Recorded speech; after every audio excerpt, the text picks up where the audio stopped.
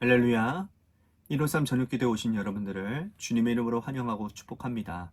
오늘도 귀하고 복된 이 저녁 시간, 하나님께서 우리에게 신실하게 일하시고 역사하심을 경험하는 귀한 복된 저녁 시간이 되기를 간절히 소망하겠습니다. 먼저 하나님의 말씀 보도록 합니다.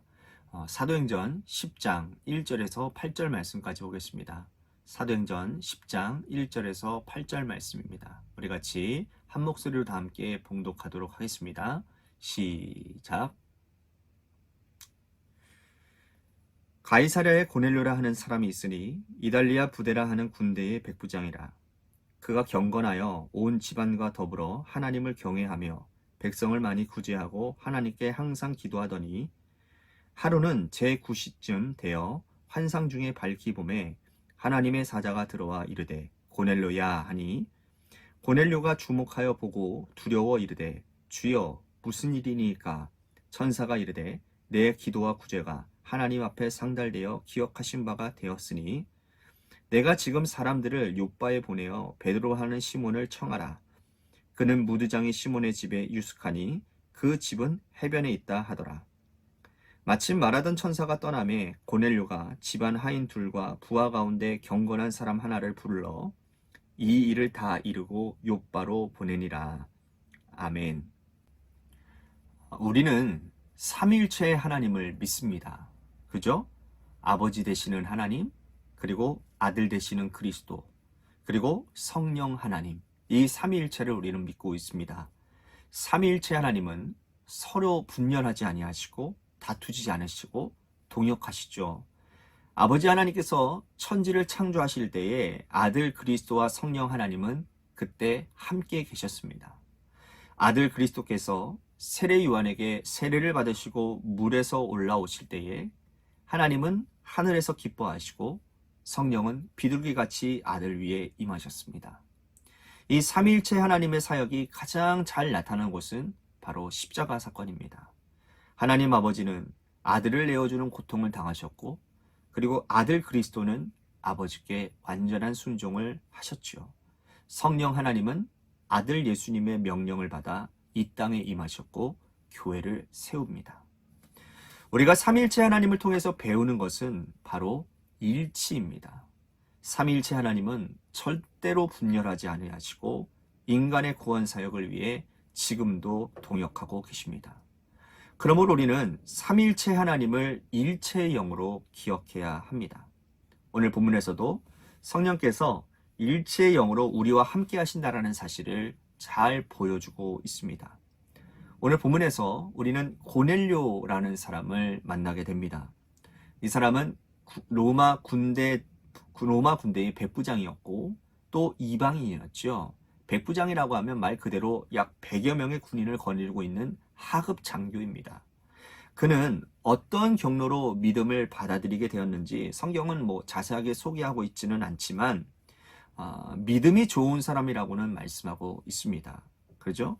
얼마나 믿음이 좋은 사람이든지 이방인이었고 로마 사람이었음에도 불구하고 경건하여서 온 집안 사람들과 함께 하나님을 경외하고 또 예배를 드리는 공동체였고 또 백성들을 많이 구제하고 하나님께 항상 기도하는 사람이라고 하니 참 믿음 좋은 사람이지요.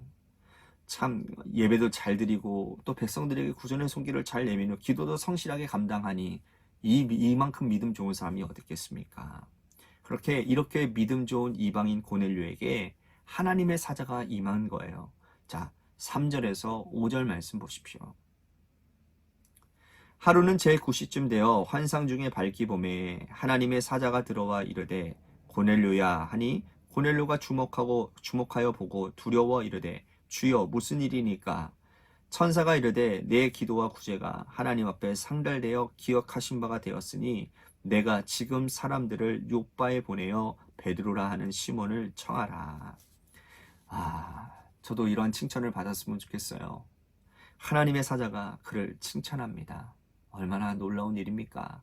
여러분들도 하나님께 칭찬받는 귀한 성도님들 다 되시기를 바라겠습니다. 자, 그런데 여기까지 좋은 일이에요. 그런데 한 가지 이해할 수 없는 말씀을 하시는데 베드로를 청하라 라는 말씀이에요. 물론 고넬료는 베드로를 잘 알고 있었지요. 당시 예루살렘 교회를 이끄는 영적인 지도자였기 때문에 고넬료가 모를 일은 없을 것입니다. 그러나 베드로는 고넬료를 알지 못하는 것이죠. 고넬료 입장에서는 이 명령이 난감한 겁니다.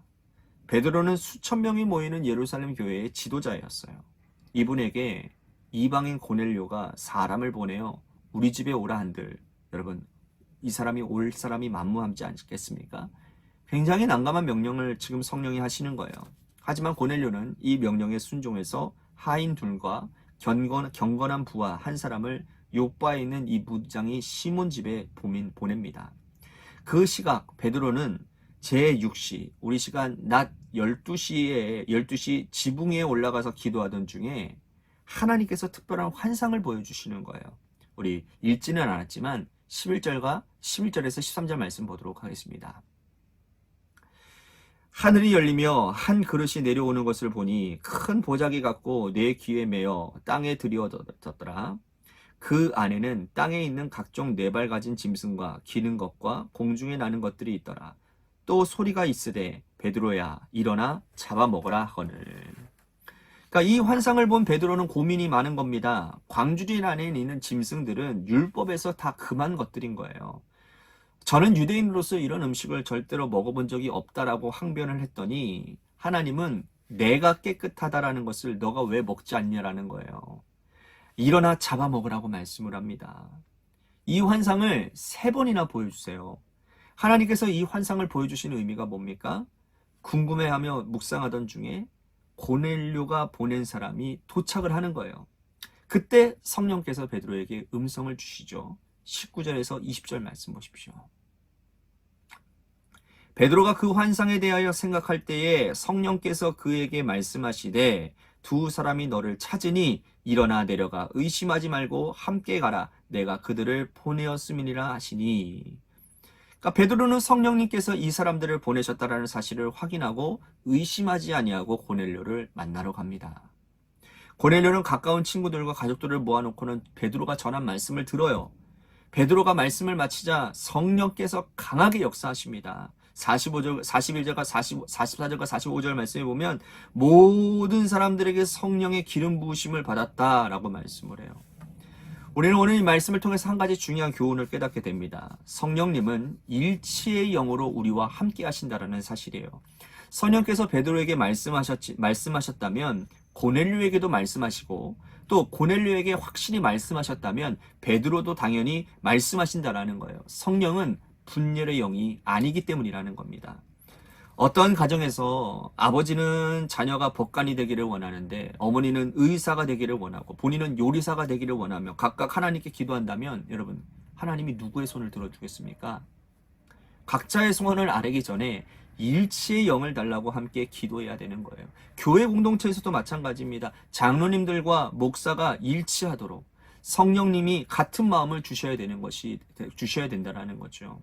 중요한 문제를 두고 함께 기도하면 성령님과 같은 마음을 좀 부어주십시오 라고 기도해야 되는 거예요. 같은 마음을 달라고 간절히 구하면 여러분 부부간에든 우리들이 어떤 공동체가 되든 같은 마음을 주시는 겁니다. 어떤 분들은 성령은 강력한 카리스마로 임하는 분이라고 생각하고 있습니다. 그러나 그것은 성령의 한 부분일 뿐이에요.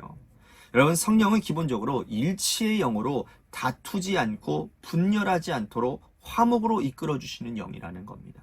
그러므로 교회 공동체가 화목하다라는 것은 성령 충만하다라는 증거인 거예요. 여러분 가정이 화목한 것도 성령께서 일치된 마음을 주시기 때문에 가능한 일이라는 겁니다.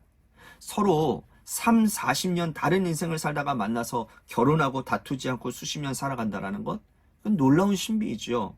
성령께서 함께 하시지 않으면 일어날 수 없는 일이라는 겁니다. 서로 다른 생각을 가진 성도들이 교회 공동체에 모여서 화목하게 살아가는 것도 이거는 기적과도 같은 일입니다. 그러나 그 기적은 어떨 때 가능해집니까? 일치의 영 되시는 성령님께서 함께 하시기 때문이라는 거예요.